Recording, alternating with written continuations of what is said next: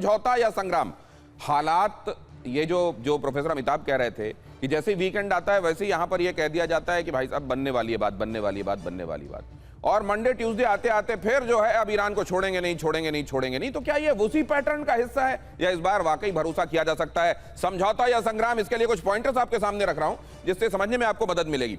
समझौता या संग्राम? अमेरिका परमाणु पर जल्द फैसला ले ईरान, ये अमेरिका चाहता है। ईरान का आरोप है कि इजराइल समझौते को पटरी से उतारने के मौके तलाश रहा है और इसीलिए कहीं पर भी वो डिरेल कर देगा बनती हुई बात को। यहां इजराइल यह स्पष्ट कर चुका है कि ईरान अगर जरूरत पड़ी और अमेरिका साथ नहीं भी आया तो वो अकेले सैन्य कार्रवाई का रास्ता चुन सकता है। यहीं से शुरू होती है संभावित डील की सबसे बड़ी मुश्किल। एक तरफ अमेरिका चाहता है कि समझौता सिर्फ कागज पर न रहे बल्कि ईरान अपने परमाणु कार्यक्रम पर ठोस कदम उठाए। दूसरी तरफ ईरान पहले प्रतिबंधों और समुद्री दबाव में राहत चाहता है। वहीं इजराइल का तर्क है कि ईरान को मिलने वाला कोई भी आर्थिक फायदा भविष्य में उसकी सुरक्षा के लिए बड़ा खतरा बन जाएगा। और मामला यही नहीं रुकता। अमेरिका चाहता है कि संवर्धित यूरेनियम के भंडार पर तत्काल नियंत्रण हो। ईरान कहता है कि उसका स्टॉक देश के भीतर ही रहेगा और इजराइल का कहना है कि किसी भी समझौते के बाद उसकी सुरक्षा चिंताएं खत्म नहीं होगी अगर यह यूरेनियम ईरान के भीतर ही रहा तो।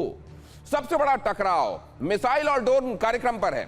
अमेरिका प्रतिबंध और निगरानी चाहता है, ईरान इसे अपनी संप्रभुता और सुरक्षा से जुड़ा मसला बता देता है, जबकि इजराइल चाहता है कि ईरान की मिसाइल क्षमता और कड़े प्रतिबंध इन पर लगने चाहिए। यानी तस्वीर साफ है कि तीनों पक्ष बातचीत की मेज पर तो हैं, लेकिन तीनों की लाल रेखाएं अलग अलग हैं और कोई भी इनसे टस से मस होता हुआ अभी दिखाई नहीं दिया है। तो ऐसा क्या होने वाला है जो पहले वाले हालात में, पहले वाले वीकेंड्स के दौरान हुई घोषणाओं में और अगले आने वाले मंडे ट्यूसडे वेडनेसडे को उसके बाद होने वाली चीजों में इस बार कोई एक फर्क लाएगा? ये बात समझने वाली है। मिडिल ईस्ट का दौरा करके वहां की चीजों को समझ के, और मुस्तफा जब ये कहते हैं कि अमेरिका वो जो अपने बेसिस नहीं बचा पा रहा है वो मिडिल ईस्ट को सुरक्षा देगा क्या? वहां के हालात को देखते हुए विनोद ऑगस्टीन साहब जो वहां का दौरा करके आए मिडिल ईस्ट का, वो आपको ये बता सकते हैं कि ये किधर आगे जाने वाला है, ये चीजें कंक्लूड किधर होंगी, इसका पिनाकल किस तरफ होगा? आप कैसे देख रहे हैं विनोद ऑगस्टीन साहब? धन्यवाद दिनेश जी।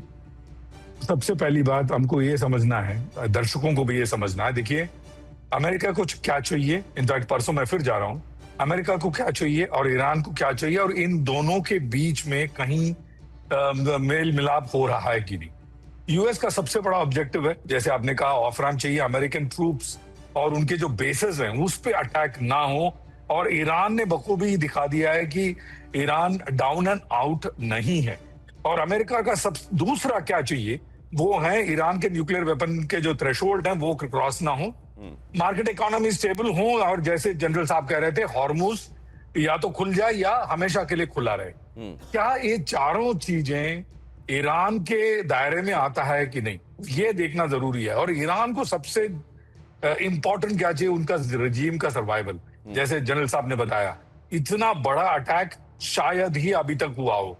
1600-1700 मिसाइल्स, बॉम्ब्स और पता नहीं न जाने क्या क्या वेपन्स दागे गए, तो उनकी इकोनॉमी बिल्कुल चरमरा चुकी है। तो ईरान चाहता है कि उनकी इकोनॉमी स्टेबलाइज हो जाए, उनके जो फॉरेन फ्रोजन एसेट्स हैं वो खुलवा दी जाए और सैंक्शन जो लगे उनके ऊपर वो हटाए जाए। तो दिनेश जी, ये चारों पांचों पॉइंट पे अगर आप देखते हैं तो यहाँ पे कहीं पे भी जो वेन डायग्राम हम मैथमेटिकली देखते हैं इनमें कोई भी ओवरलैप नहीं है। ये दोनों को भी ये नहीं है, तो दोनों का कॉमन ग्राउंड अभी तक नहीं दिख रहा है मुझे। तो मैं अमिताभ जी के बात से बिल्कुल ही वाकिफ रखता हूँ। ये लड़ाई खत्म होने का नाम नहीं लेगा। ऑफ रैंप होगा कि नहीं, सवाल निशान है सबसे बड़ा। और तीसरा, ट्रंप का फेस सेविंग होगा कि नहीं, क्या complete face saving Iran Trump को देने की क्षमता रखता है या देना चाहता है। ये दोनों सवाल अपने आप में बहुत ही महत्वपूर्ण है। Dinesh ji, over to you. तो ये अभी अगर आप पैनलिस्ट को यहाँ पर हमारे देखें तो ये ऐसा लग रहा है कि हाउस इक्वली डिवाइडेड है, 50-50 दिखाई दे रहा है। 50% यहाँ हमारे पैनलिस्ट ये सोच रहे हैं कि बात बन सकती है और 50% का कहना है कि बस ये रिपीटिशन है जो बीते दिनों आपने देखा और आगे फिर उसकी पुनरावृत्ति होगी, उम्मीदें जगाई जाएंगी और उसके बाद फिर गुब्बारा वैसे ही फुस हो जाएगा। और ईरान की सेना युद्ध के लिए पूरी तरह इस बीच तैयार है। ईरानी संसद की सुरक्षा समिति की वार्निंग सामने आई है, हर सैन्य हलचल पर ईरान की पैनी निगाह है। उन्होंने कहा समझौते की आड़ में ईरान की बड़ी सैन्य तैयारियां चल रही हैं। तस्नीम न्यूज एजेंसी के हवाले से यह बड़ा दावा है। कहा जाता है आप जितने ज्यादा मजबूत होते हैं युद्ध के मैदान में, उतनी ही बातचीत की मेज पर आपकी ताकत होती है। ये सिर्फ इसलिए है या उसके बियॉन्ड भी इसके मतलब हैं, इसके निहितार्थ हैं कि बात नहीं बनेगी तो तैयारियां रखनी चाहिए, कभी भी लड़ाई हो जाएगी। सुनिए क्या कहा। और यहां पर आपने देखा दावा ये किया जा रहा है, और ऐसे में जनरल सिन्हा ये असल में वॉर के अलोंग जो माइंड गेम खेला जाता है ये उसका हिस्सा है, या ये वाकई तैयारियों के संदर्भ में बताई जाने वाली एक साफ गोई है जो सामने आ रही है? देखिए, ईरान की तैयारी पूरी है और वो जितना तैयारी कर सकता है वो कर रहा है, और ज़मीन के ऊपर में आज के दिन में उसकी परिस्थितियां ज़्यादा अच्छा है, ऐसा मैं मानता हूं। देखिए कहाँ फेल हुआ, हम लोग इजराइल की जब बात करते हैं, नेतन्याहू साहब दो चीज़ में बहुत बुरी तरह फेल किए हैं। एक फेल किया, उन्होंने ये कहा था, शायद डोनाल्ड ट्रंप को बताया था कि आप कीजिए, चेंज ऑफ रजीम हो जाएगा, मोसाद ने ये बता दिया है, ये मारे जाएंगे इतने लोग, चीज़ें वहाँ वो गलत हो गए। पूरा का पूरा ईरान की 9 करोड़ जनता सड़कों में आ जाएगी, वो नहीं हुआ। दूसरी बात, उन्होंने कहा कुर्द चल पड़ेंगे, नॉर्थ ईस्ट से आएंगे कुर्द, इधर से चलेंगे कुछ उनके जो बलूचीज़ हैं, और आपके सत्ता पे काबिज। ये जो थी मिलिट्री, जो हम कहते हैं पक्की जो चीज़ें होती हैं उसके ऊपर नहीं, ये आप ऐसे बैठ करके यदि आप बना लें, क्योंकि देखिए इसके अंदर में जो सेक्रेटरी ऑफ वॉर है वहाँ पर पीट हेक्सेट, उनको कोई एक्सपीरियंस नहीं है। और दूसरा डोनाल्ड ट्रंप इन चीज़ों पे आ जाते हैं। नेतन्याहू साहब वो करना चाहते हैं, नेतन्याहू को लोग बहुत गालियाँ निकाल रहे हैं, मेरा मानना थोड़ा दूसरा है।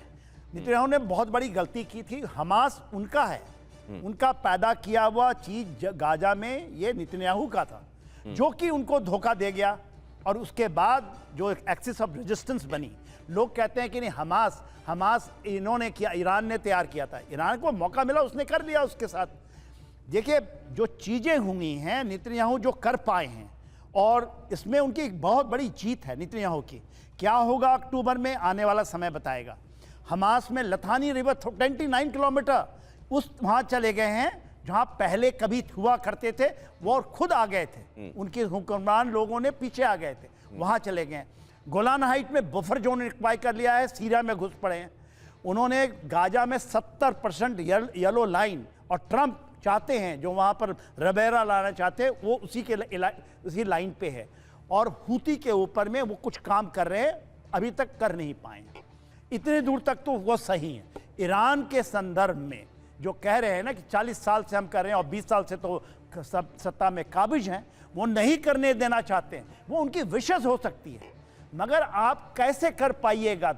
2000 किलोमीटर आप दूर हैं ना, तो आपके पास boot on ground by air campaign नहीं हो सकता। तो आप ये कह रहे हैं कि जो ये इजराइल की तरफ से कहा जा रहा है कि कोई नहीं तो हम अकेले अपने बूते इस सैन्य अभियान को आगे चलाएंगे, ये संभव नहीं है, आप ये कह रहे हैं। अगली खबर देखिए, ईरानी संसद के अध्यक्ष कालीबाफ का बड़ा बयान, अंतिम जीत तक मजबूती से खड़ा रहेगा तेहरान। कालीबाफ ने कहा यूनाइटेड स्टेट्स और इजराइल पर आम लोगों को टारगेट करने का आरोप भी लगाया। तो अगर ये कड़वाहटें हैं, अगर ये तलखी है अंदर, तो क्या बातचीत की मेज पर भी वो दिखाई देगी और यहीं से चीजें डिरेल हो जाएंगी, या वहां पर मजबूरियां अब इतनी बड़ी हो गई हैं हर एक तरफ की कि वो अब बातें मजबूरियों के चलते बनेंगी? अब जरा यहां देखिए, होर्मुज से गुजरने वाले जहाजों से ईरान वसूलेगा फीस। होर्मुज में अब खत्म हुआ मुफ्त सर्विस का दौर।